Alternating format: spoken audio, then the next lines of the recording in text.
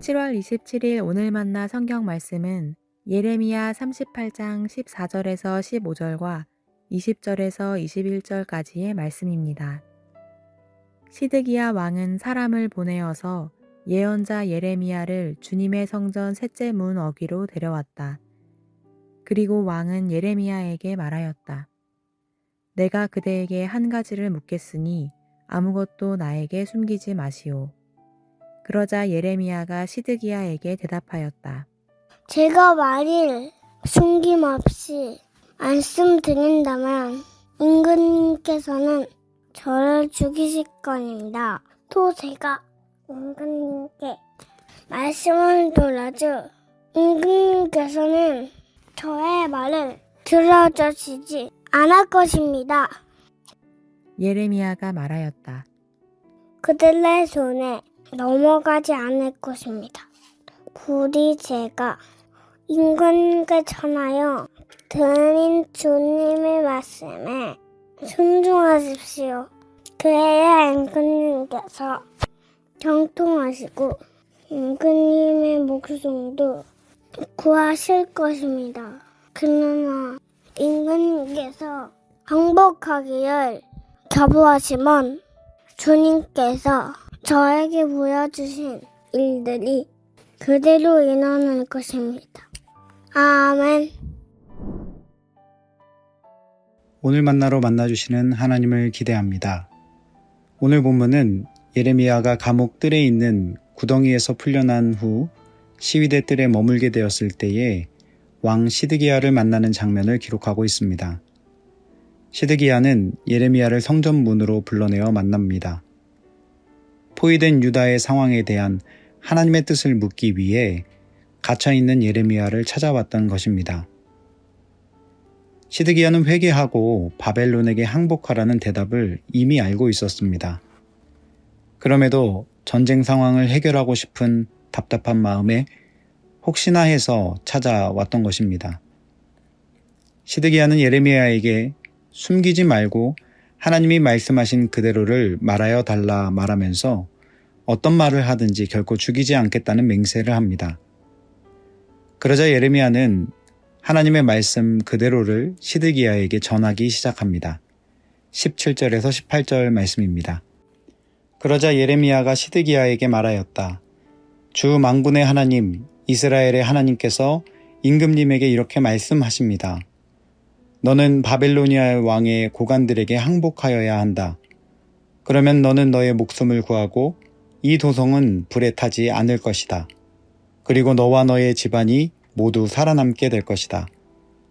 그러나 내가 바벨로니아 왕의 고관들에게 항복하지 않으면 이 도성이 바벨로니아 군대의 손아귀에 들어가고 그들은 이 도성에 불을 지를 것이고 너는 그들의 손에서 벗어날 수가 없을 것이다.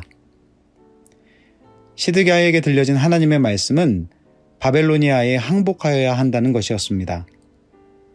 그러면 시드기야의 목숨도 그리고 이 도성도 불에 타지 않을 것이며 살아남게 될 것이라 말씀하십니다. 그러나 시드기야는 이러한 하나님의 말씀을 들을 수도 안 들을 수도 없는 상황이었습니다. 왜냐하면 그 말씀을 듣자니 관리와 백성이 두렵고 안 듣자니 망할 것 같은 상황이기 때문입니다.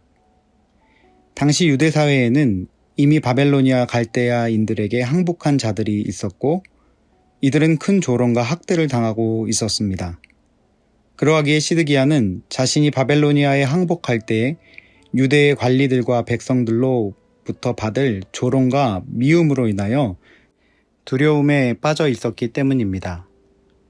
그러나 또한 예레미야를 통해 들리는 말씀은 순종하지 않으면 바빌로니아 군대의 손에 도성이 불타며 그들에게 결박되어 끌려가는 비참한 이야기였기에 시드기야는 이러지도 저러지도 못하는 상황에 처한 것입니다. 말씀을 묵상하면서 이러한 시드기야의 상황과 비슷한 갈등이 우리의 삶의 자리에도 동일하게 찾아온다는 것을 생각해 보게 됩니다. 하나님의 뜻을 따라 우직하게 살아가기를 선택하면 세상에서 뒤처질 것 같고 손해볼 것 같은, 반대로 세상의 방식을 따라 살아가면 그 안에 얻는 이익을 누릴 수 있으나 왠지 하나님께 혼날 것 같은 상황이 우리에게도 있기 때문입니다. 결론적으로 시드기야는 결정을 내리지 못합니다.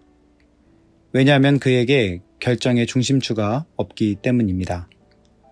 그는 주님의 뜻을 결정을 내리는 중요 변수로 여기지 않았습니다. 단지 점쟁이를 찾듯 예레미야에게 앞일을 물었던 것입니다. 심지어 왕임에도 불구하고 백성과 나라의 안위를 중요하게 여기지도 않았습니다. 그가 고려하고 있는 것은 오직 자신의 안위였던 것입니다. 안타까운 것은 그런 자신의 안위라도 지킬 수 있는 법을 예레미야를 통해서 하나님이 말씀하시며 순종하면 형통하게 되고 자신의 안위도 지킬 수 있을 것이라고 확신을 주셨음에도 그는 그 방법을 택하지 않았다는 것입니다. 왜 시드기야는 하나님의 말씀을 청종하지 못했을까요? 왜냐하면 주님 외에 다른 것으로 자신의 안위를 지켜보고 싶기 때문입니다. 하나님의 뜻을 묻고 들었지만 내 생각과 세상의 방법들이 있어 그것으로 지켜보고 싶었기 때문입니다. 그렇습니다. 이것이 이 시대의 세상과 하나님 사이에서 양다리를 걸치고 살아가는 그리스도인의 모습과 같아 보입니다. 대안들을 찾다가도 하나님의 뜻이 아닌 다른 더 좋은 뜻을 찾아 선택하려는 허울뿐인 종교인의 비참한 모습과도 같아 보입니다. 말씀을 마무리하겠습니다. 삶은 크고 작은 갈등과 선택으로 되어 있습니다. 그리고 그 갈등과 선택 중심에서 세상 소리가 매력적일수록 신앙의 선택은 더 고민스럽기만 합니다. 하나님의 말씀을 듣고 순종함으로 항복할 것인가? 아니면 다른 세상의 방법을 써서 이 위기를 지나갈 것인가? 고민하고 있는 시드기야에게 하나님은 예레미야를 통해서 주님의 선함과 능력을 신뢰하고 하나님의 말씀을 붙잡고 순종하라 도전하고 계십니다. 오늘 우리의 삶의 선택의 자리에서 하나님은 동일하게 말씀하고 계시는 줄 믿습니다. 세상의 방법을 뒤로 하고 하나님의 말씀하심과 그분의 선하신 능력을 기대하며 순종의 걸음을 내딛는 저와 여러분 되기를 원합니다. 혹 그 결과가 실패와 실수처럼 보여도 우리가 그분 안에서 그분의 말씀에 순종하며 살아가고 있다면 그 상황이 우리에게 선인 줄 믿습니다. 이 믿음으로 주님을 선택하는 오늘 하루 되시기를 주님의 이름으로 축복합니다. 기도하겠습니다. 하나님, 삶의 크고 작은 갈등과 선택 속에서 하나님의 명확한 말씀이 임할 때에도 매력적인 세상의 방법의 소리 속에 고민하고 있는 오늘의 연약한 저를 발견하게 하시니 감사합니다.